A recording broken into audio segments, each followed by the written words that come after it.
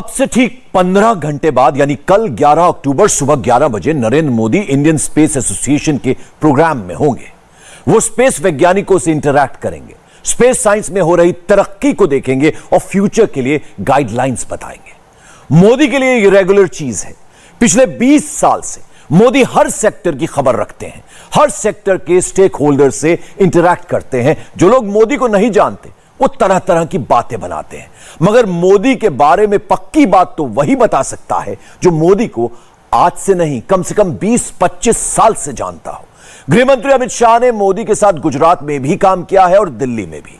प्रधानमंत्री के बारे में अमित शाह कुछ राज की बात बताने वाले हैं।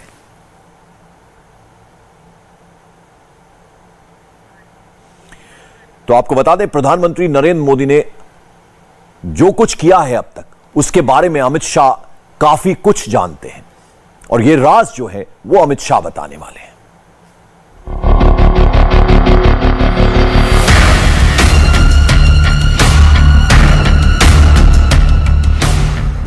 प्रधानमंत्री नरेंद्र मोदी की वर्किंग स्टाइल के बारे में अब तक आपने सिर्फ सुना होगा या अखबारों में पढ़ा होगा। पहली बार मोदी के काम करने के तरीके के बारे में एकदम ऑथेंटिक जानकारी आई है। नरेंद्र मोदी कैसे फैसले करते हैं, इसकी पुख्ता जानकारी मिली है। फैसले से पहले मोदी किस किस से पूछते हैं, इसकी फर्स्ट हैंड इंफॉर्मेशन आई है। मोदी के फैसले कभी लीक क्यों नहीं होते, इसे मोदी के सबसे करीब रहने वाले शख्स ने बताया है। मोदी के बारे में बातें बनाने वाले तो कई मिलेंगे, मगर 100% करेक्ट बात बताने वाले बहुत कम हैं। मोदी के करीब रहने वाले अफसर कुछ बोलते नहीं और मोदी से रोजाना मिलने वाले नेता भी प्रधानमंत्री के बारे में चुप ही रहते हैं। क्या इसकी कोई खास वजह है? क्या मोदी ने अपने करीबियों के लिए ऐसा कोई ऑर्डर दिया है? पहली बार गृह मंत्री अमित शाह ने प्रधानमंत्री के बारे में कुछ बड़े राज बताए हैं।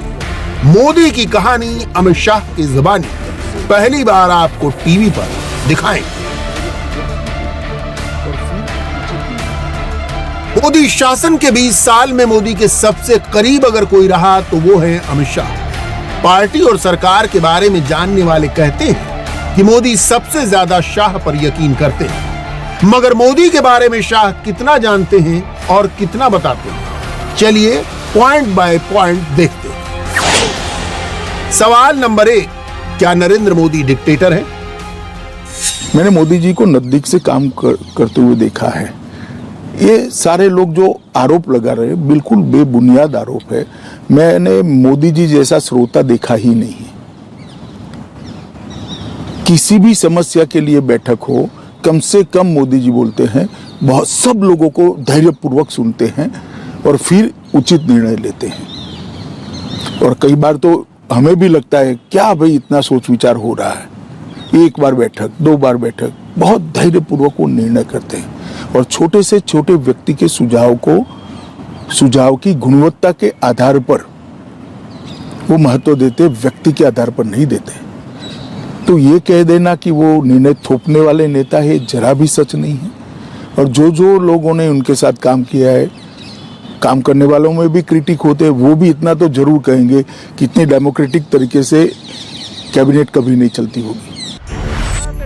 प्रधानमंत्री के बड़े फैसलों की फहरिस्त बनाएं तो लिस्ट बहुत लंबी बनती है। आर्टिकल 370 से लेकर राम मंदिर के शिलान्यास तक, पाकिस्तान पर सर्जिकल स्ट्राइक करने से लेकर एयर स्ट्राइक तक, चाइनीज बॉर्डर पर भिड़ंत से लेकर अमेरिका से दोस्ती बढ़ाने तक, टैक्स सुधार से लेकर नोटबंदी तक, खेती किसानी से लेकर इकोनॉमी तक और एफडीआई से लेकर हाट बाजार तक, नरेंद्र मोदी जो भी करते हैं ग्रैंड स्टाइल में करते हैं। प्रधानमंत्री के दुश्मन कहते हैं कि मोदी किसी की सुनते नहीं, वो सिर्फ अपने मन की करते हैं, अपने मन की कहते हैं। कैबिनेट की मीटिंग में भी कोई मंत्री मोदी के सामने कुछ बोलने की हिमाकत नहीं करता। क्या ये सच है या सच इससे अलग है? आर्टिकल 370 हटाने के दिन के घटनाक्रम को याद कीजिए। 5 अगस्त 2019 की सुबह तक सत्ता पक्ष और विपक्ष के बड़े बड़े नेताओं को हवा तक नहीं थी कि संसद में उस दिन क्या होने वाला था, लेकिन मोदी की तैयारी पूरी थी। संसद में संविधान संशोधन बिल रखा गया, उस पर बहस हुई। दोनों सदनों ने 3/4 के भारी बहुमत से बिल पास किया और आर्टिकल 370 हमेशा हमेशा के लिए संविधान से हटा दिया गया। तैयारी सिर्फ संसद में नहीं थी, कश्मीर घाटी में भी सेना और पुलिस चौकस थी। आर्टिकल 370 हटाने पर कश्मीर में खून की नदियां बहा देने की चेतावनी दी गई थी। मोदी की तैयारी के आगे सबकी तैयारी फेल हो गई।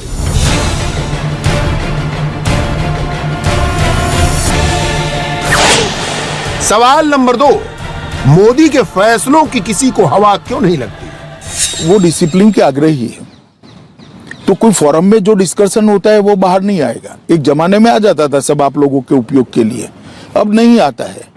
तो को लोगों को मुश्किल होती है, बहुत कम आता है।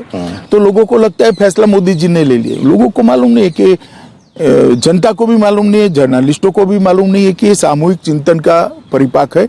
निर्णय तो ऑफकोर्स वो ही करेंगे क्योंकि वो प्रधानमंत्री है और उनको ही करना चाहिए। जनता ने अधिकार उनको दिया है, बाकी सारे मंत्री को फिर मोदी जी ने अधिकार दिया है। यही तो हमारा संविधान है। परंतु सबके साथ चर्चा कर कर, सबको बोलने का मौका देकर, सबके प्लस माइनस पॉइंट सुनकर ये फैसले होते। ऐसी छवि इसलिए नहीं बनती कि वो डिसिप्लिन के आग्रही है। आर्टिकल 370 हटाने से पहले नोटबंदी का फैसला भी ऐसा ही था। रात 8 बजे टीवी पर आकर मोदी ने अचानक नोटबंदी का ऐलान किया था कि रात्रि को 12 बजे से अगले दिन से पूरा देश कतार में लग गया। लोगों को दिक्कत हुई, लेकिन पब्लिक ने अपने प्रधानमंत्री का साथ नहीं छोड़ा। सवाल नंबर 3, मोदी जिद में फैसले करते हैं या कैलकुलेटेड जोखिम लेते हैं? जिद कर कर शब्द प्रयोग ठीक नहीं है।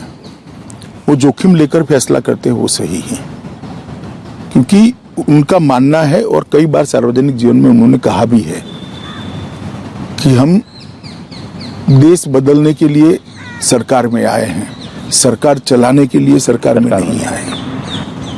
हमारा लक्ष्य देश के अंदर परिवर्तन लाना है।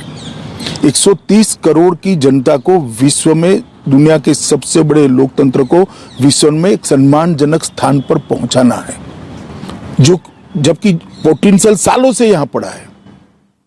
हमारा युवा धन पश्चिम और अमेरिका की ओर न जाता अगर ये फैसले सालों पहले हो गए होते तो, जो आज हो रहे हैं। मैं किसी का क्रिटिसिज्म करना नहीं चाहता, मगर वो इसलिए नहीं डरते हैं कि सत्ता में बने रहना लक्ष्य नहीं है। जो चलता है उसको चलने देना, आराम की जीवन जीना भी लक्ष्य नहीं है। एकमात्र लक्ष्य है भारत प्रथम, इंडिया फर्स्ट। ये लक्ष्य लेकर वो चलते हैं और इसीलिए इसी में से दृढ़ राजनीतिक इच्छा शक्ति का निर्मित होती है। और जब दृढ़ राजनीतिक इच्छा शक्ति के साथ आप एक रास्ता तय कर लेते हो कि मुझे देश को यहाँ पहुंचाना है, तो हर क्षेत्र के अंदर आप फैसले देखिए।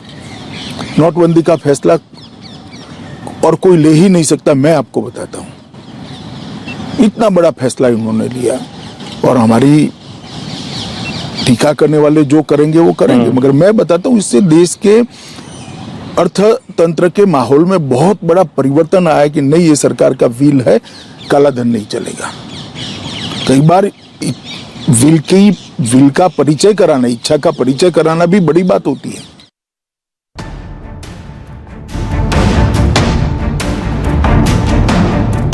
स्ट्रॉन्ग विल, हिंदी में कहें तो दृढ़ इच्छा शक्ति। यह दिखाना तो आसान है, लेकिन उस पर टिके रहना बहुत मुश्किल।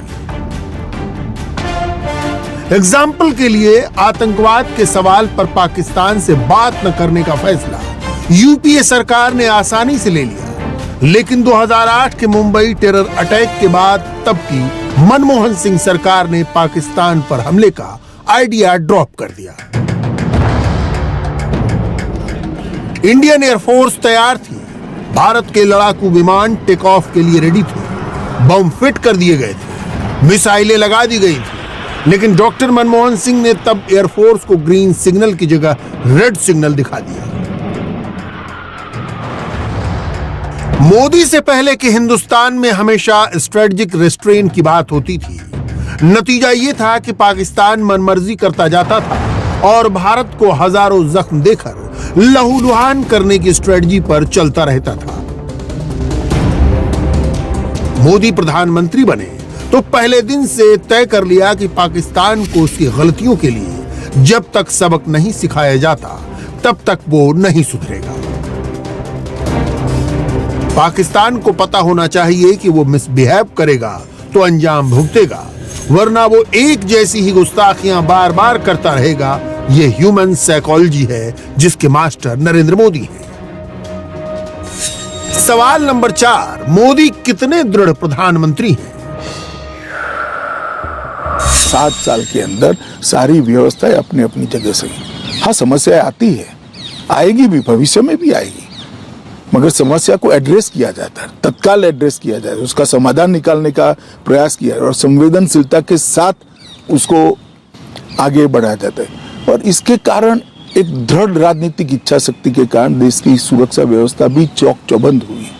कभी कोई कल्पना नहीं कर सकता था कि भारत एयर स्ट्राइक करेगा या सर्जिकल स्ट्राइक करेगा। ये तो अमेरिका के लिए रिजर्व चीज थी, वही कर सकते हैं, वही कर सकते हैं। आज इसके कारण भारत के युवा का हौसला हुआ है, हम भी कर सकते हैं।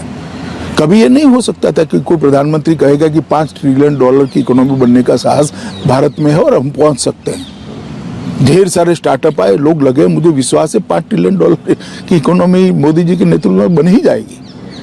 और 11 नंबर की अर्थव्यवस्था से 5वें नंबर की अर्थव्यवस्था, 6ठे नंबर की अर्थव्यवस्था हम बन चुके हैं। हाँ। बहुत बड़ा जंप आया है, ढेर सारे सुधार हुए हैं, रिफॉर्म्स हुए हैं। नरेंद्र मोदी के फैसले हमेशा चौंकाने वाले होते हैं। बात सियासत की हो तब भी मोदी यूनिक डिसीजन लेते हैं। याद कीजिए, अभी हाल में गुजरात का सीएम बदलना हुआ तो मोदी ने पिछली सीट पर बैठे व्यक्ति को सबसे आगे की कुर्सी पर लाकर बिठा दिया। उत्तराखंड में भी ऐसे ही सीएम बदला गया। सेंट्रल कैबिनेट में फेरबदल करना हुआ तो मोदी ने एक झटके में बड़े बड़े मंत्रियों की छुट्टी कर दी। सवाल है कि मोदी जब जिम्मेदारी देते हैं तो क्या देखते हैं? मैंने मोदी जी जैसी स्मृति किसी की नहीं देखी। 1980 की भी बात जस की तस आज उनको याद होती है और इस स्मृति को उन्होंने एक अलग प्रकार से संजो कर रखा है और इसमें से एनसाइक्लोपीडिया जैसा हर व्यक्ति के लिए इनका असेसमेंट तैयार होता रहता है और फिर भी साथियों से सलाह मशवरा कर कर ही वो अंतिम निर्णय करते हैं। तो मुझे लगता है कि व्यक्तियों के चयन के बारे में और व्यक्तियों को काम देने के बारे में उनके ज्यादातर फैसले अच्छे भी होते हैं और सफल भी होते हैं। नरेंद्र मोदी देश के एकमात्र प्रधानमंत्री हैं जो पहले दिन से आलोचकों के निशाने पर हैं। पीएम बनने से पहले ही उन पर पर्सनल अटैक शुरू हो गए, जो आज भी हो रहे हैं।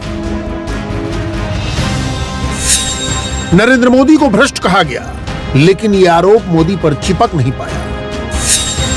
मोदी को कम्युनल बताया गया, यह आरोप भी गलत साबित हुआ। मुसलमानों को मोदी के नाम पर डराया गया, मोदी ने सबका विश्वास जीता। अब मोदी को किसानों का दुश्मन बताया जा रहा है। 15 अक्टूबर को दशहरे के दिन कुछ किसान नेताओं ने नरेंद्र मोदी के पुतले जलाने का ऐलान किया है। ये भड़काने वाली बातें हैं। इससे किसान भाइयों को तो कुछ नहीं मिलने वाला, कुछ लोग अपनी सियासी दुकान जरूर चमका लेंगे। आपको भी लगता होगा कि ऐसी बातें मोदी के कानों तक पहुंचती तो जरूर होंगी। प्रधानमंत्री उस पर कैसे रिएक्ट करते होंगे? मोदी के सबसे करीब समझे जाने वाले गृह मंत्री अमित शाह के सामने भी यही सवाल आया। सवाल नंबर 6, मोदी ने किसानों के लिए क्या किया? 11 करोड़ किसानों को सालाना 6,000 रुपया मिल रहा है और 1.5 लाख करोड़ रुपया एक साल के अंदर किसानों को पहुंचे। 1.5 लाख करोड़ रुपया।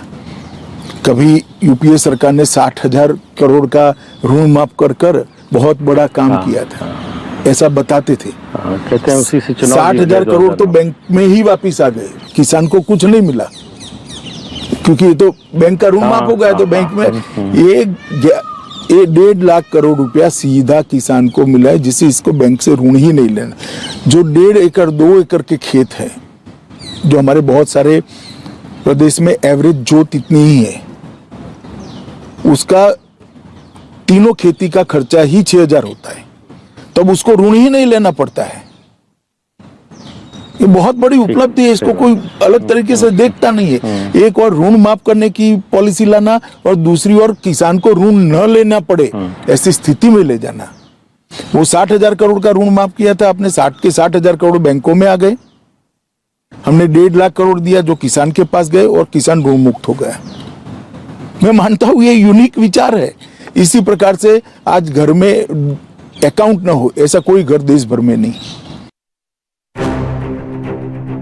मोदी जब प्रधानमंत्री हैं तब भी, मोदी जब गुजरात के मुख्यमंत्री थे तब भी, पिछले 20 साल में मोदी ने किसानों की बुनियादी समस्याओं का समाधान किया। मोदी ने उनको पानी दिया, बिजली दी, बढ़िया बीज और खेती के लिए आसान कर्ज दिया।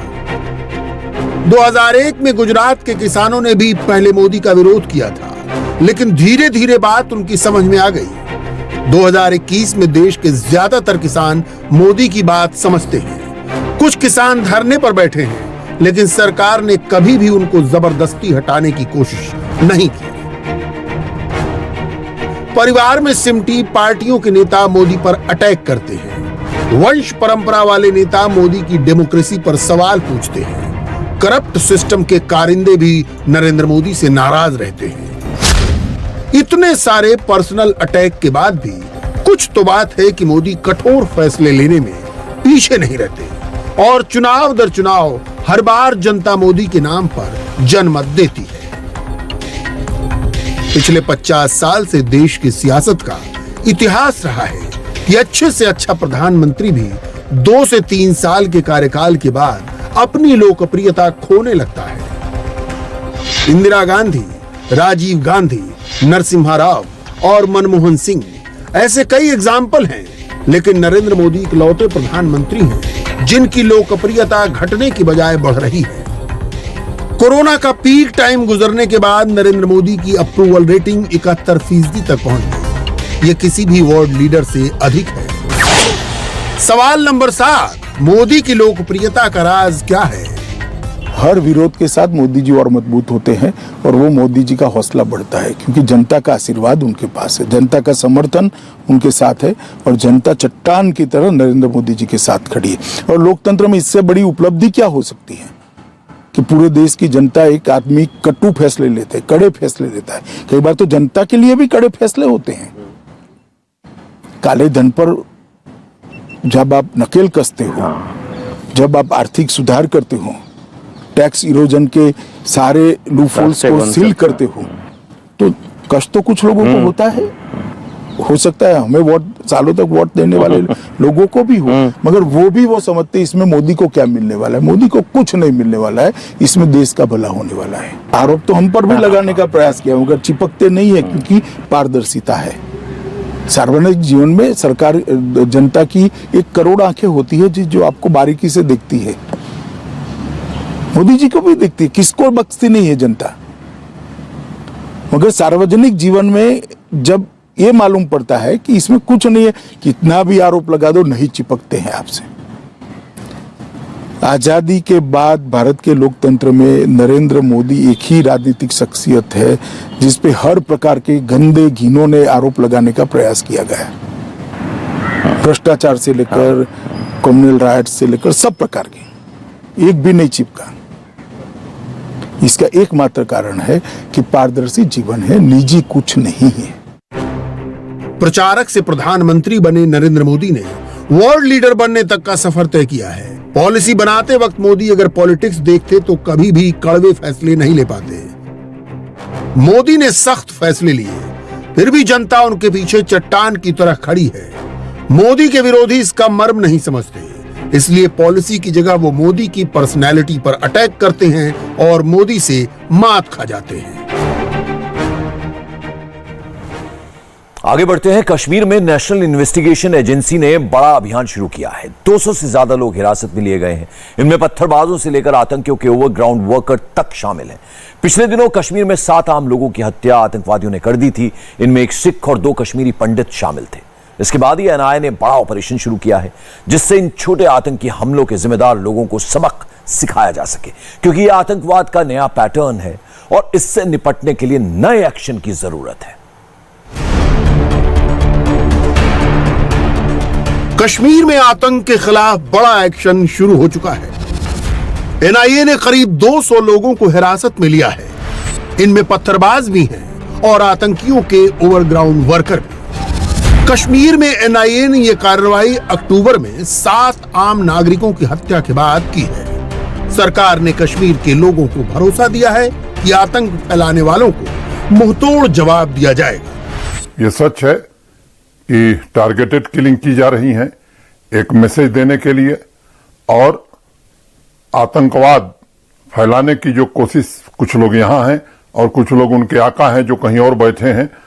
मैं बहुत जिम्मेदारी से बात कहना चाहता हूं कि फोर्सेस को पूरी आजादी दी गई है कि इस तरह के तत्वों से निपटने के लिए जो भी आवश्यक है वो तुरंत कार्रवाई करनी चाहिए। एनआईए ने टीचर सुपिंदर कौर की हत्या के सिलसिले में करीब 40 टीचर्स से भी पूछताछ की है, क्योंकि सुपिंदर कौर की हत्या के बाद से कश्मीरी सिख समुदाय बेहद गुस्से में है। पूछती हूँ उस राहुल गांधी से कि आज वो राहुल गांधी कहाँ है जो अपने आप को इलेक्शंस के टाइम पे जो है वो हिंदू कहलाता है और जब कश्मीर में आता है तो अपने आप को कश्मीरी पंडित कहलाता है। मैं आज उससे पूछती हूँ वो कहाँ है, वो आज हिंदू पंडित जो है वो कहाँ है। आज उनको याद नहीं आई कि हमारे जो है हमारे कश्मीर के किस भाई के घर में वो आए हैं। सुपिंदर कौर को मार दिया, मक्खन लाल को मार दिया, कल दीपक जी को मार दिया। अरे वो तो स्कूलों में जाते थे तालीम देने के लिए, इन्हीं के बच्चों को तालीम देने के लिए जाते। तो आज वो कहाँ है? आज लीडरशिप कहाँ है? कश्मीर की लीडरशिप क्यों सोई है? सिख समुदाय दशकों से यहाँ के बहुसंख्यक मुसलमानों के साथ मिलकर रहता आया है, मगर अब आतंकवादियों ने उन्हें निशाने पर ले लिया है। जो सुपिंदर कश्मीरी बच्चों को पढ़ाती थी, उनका खर्च उठाने में अपनी सैलरी खर्च कर देती थी, उन्हें भी आतंकियों ने नहीं बख्शा।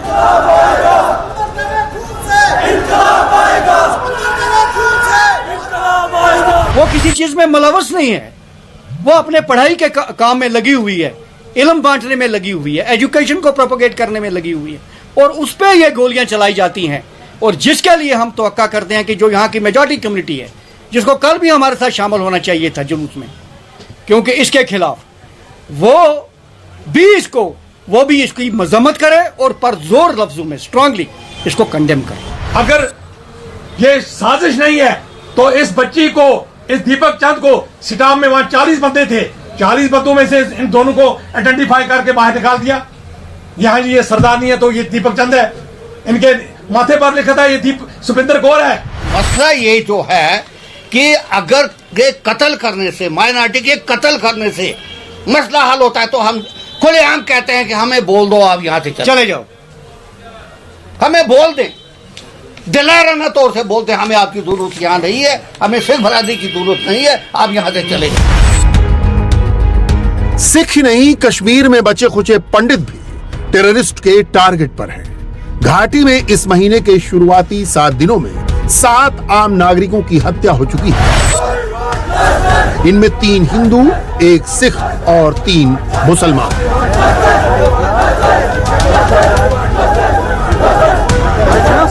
कश्मीर में पिछले 1 हफ्ते जिन सिविलियंस की गोली मार कर हत्या हुई है, उनकी जिम्मेदारी एक अनजान सी मिलिटेंट संगठन ने ली है। पुलिस का दावा है कि कश्मीर घाटी में सुरक्षा बलों के ऑपरेशन ऑल आउट में मारे गए सभी बड़े मिलिटेंट कमांडर्स के बाद अब छोटे हथियारों से मिलिटेंट्स आम लोगों को निशाने पर ले रहे हैं। कश्मीर में आतंकवाद के इस नए चेहरे से सवाल उठा है कि क्या घाटी में आतंकवाद एक नए पैटर्न पर चल पड़ा है?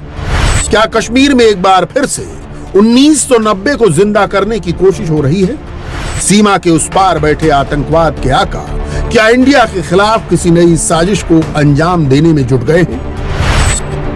2019 में जम्मू कश्मीर से आर्टिकल 370 हटने के बाद से जब धीरे धीरे हालात बेहतरी की ओर बढ़ रहे थे, सुरक्षा बलों के ऑपरेशन में बड़े बड़े आतंकी ढेर हो चुके थे, सरहद पर मुस्तैद निगरानी ने घुसपैठ और हथियारों की तस्करी को बेहद मुश्किल बना दिया।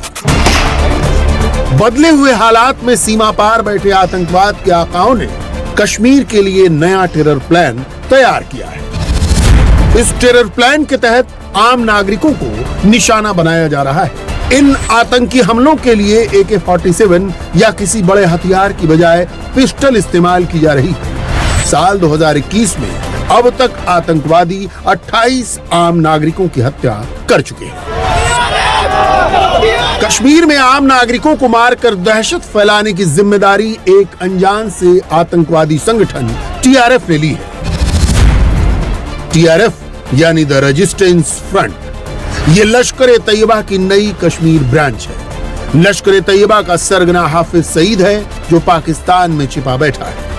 TRF को जम्मू कश्मीर से आर्टिकल 370 हटने के बाद लॉन्च किया गया। स्थानीय लड़कों को ब्रेन वॉश करके आतंकवादी बनाया जा रहा है। 72 हूर का ख्वाब, जन्नत को जहन्नुम बनाने का प्लान। इससे जन्नत मिलती है, जिहाद करो और जन्नत में हूरें मिलते हैं, फिर वहाँ से उनके साथ शादी करो जन्नत में। सर यही बोला था। आपको लगता है ये जिहाद नहीं है, जहालत है?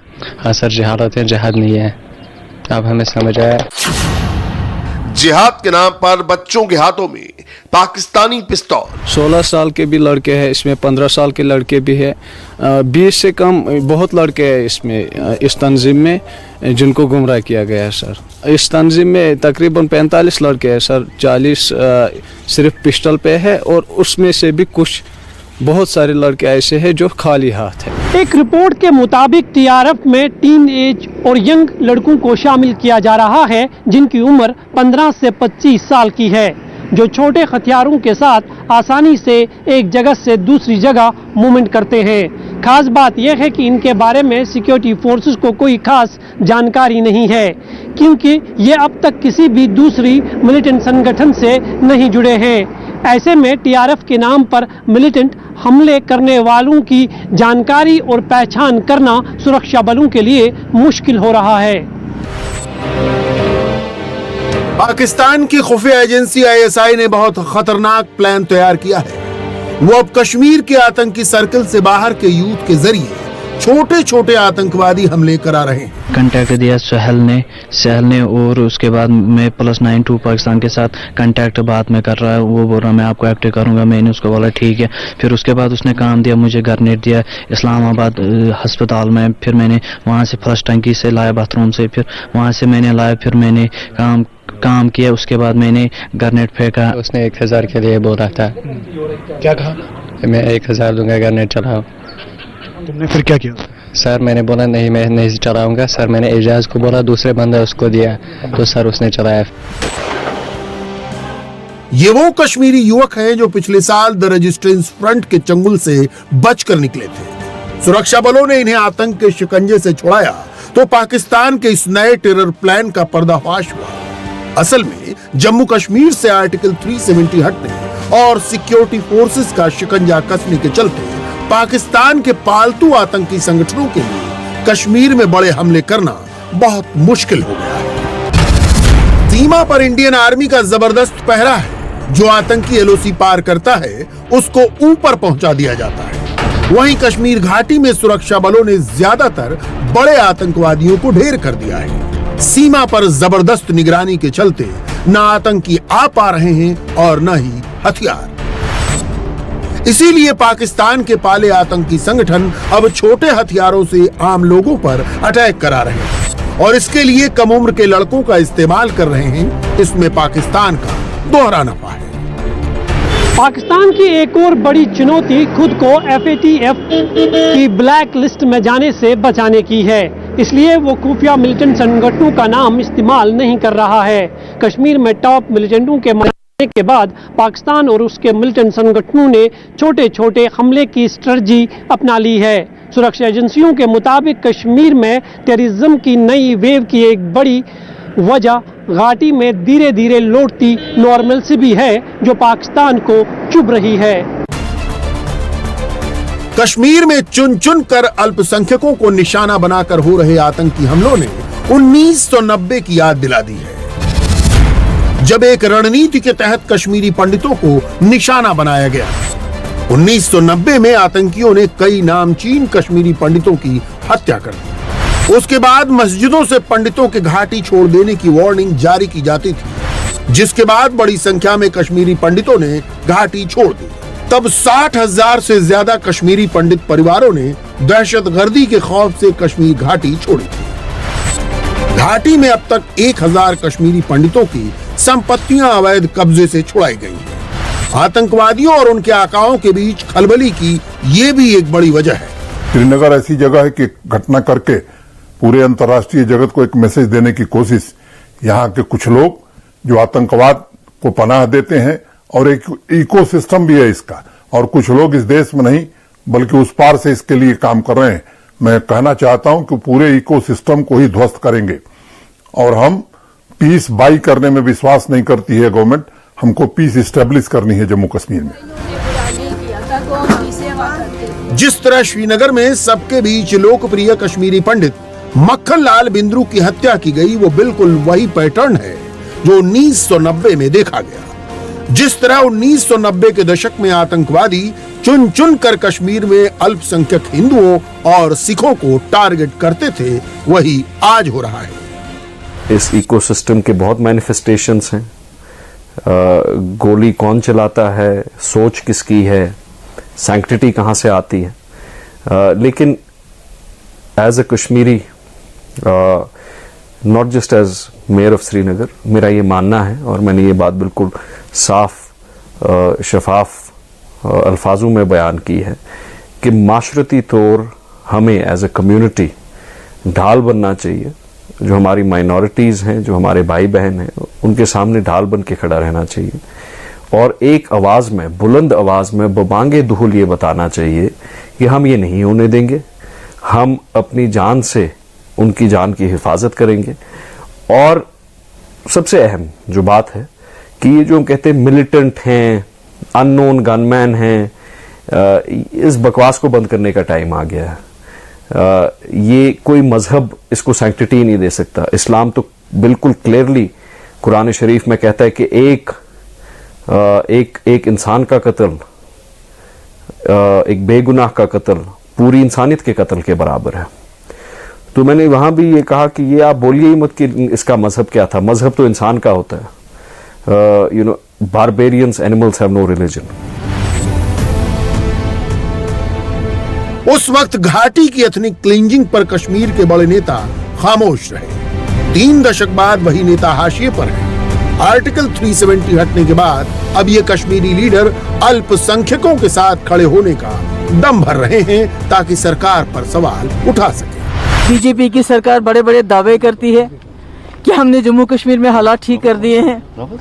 पूरी तरह से नाकाम हो गए हैं वो लोग। इतनी सख्ती करने के बावजूद, जम्मू कश्मीर के लोगों का जीना हराम करने के बावजूद, वो यहाँ के लोगों की बेगुनाहों की जान बचा नहीं पाते हैं। रोज कुछ ना कुछ होता है।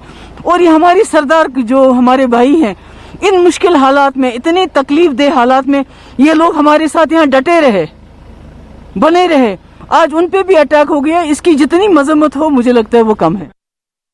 हुकूमत से दूर रह के भी पिछले लगातार 1.5-2 महीने से मैं सुनता आ रहा हूं कि यहाँ पे माइनॉरिटी कम्युनिटीज को निशाना बनाया जाएगा। और ये मैं बहुत ही जिम्मेदार लोगों से सुन रहा था। तो अगर ये खबर मुझ तक पहुंच सकती थी, तो जो लोग आज इंतजामिया के लिए जिम्मेदार हैं, क्या ये खबर उन तक नहीं पहुंची? और अगर ये खबर उन तक पहुंची तो उन्होंने इसके बारे में किया क्यों नहीं कुछ? अब ऐसा डर, ऐसी दहशत फैली हुई है कि हर कोई सोचता है कि मैं कितनी जल्दी यहां से निकल पाऊं।